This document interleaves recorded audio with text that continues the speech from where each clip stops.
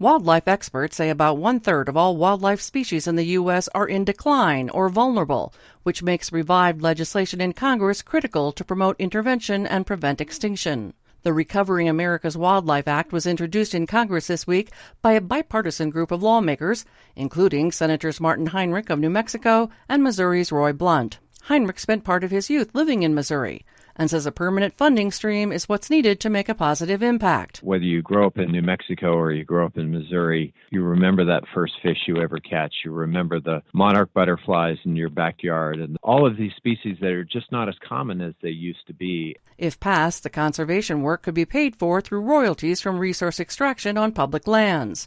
Heinrich notes that during the pandemic, more Americans visited the outdoors than ever before. Ken Lucero is tribal administrator for the Zio Pueblo in north-central New Mexico.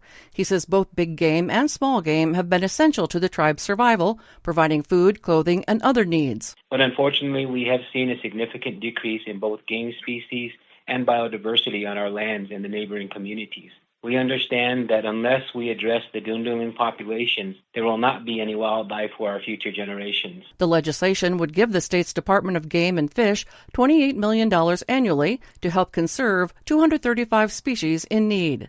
Jesse Dubell directs the New Mexico Wildlife Federation and says it would also benefit the state's outdoor recreation industry. The more wildlife and the more species of wildlife that a visitor is likely to see, the more likely that visitor is going to come to New Mexico and spend their money in our state. National Wildlife Federation research shows more than 150 species already are extinct and 500 more haven't been cited in decades. This is Roz Brown, New Mexico News Connection. Find our 8 trust indicators to support transparency and accuracy at publicnewsservice.org.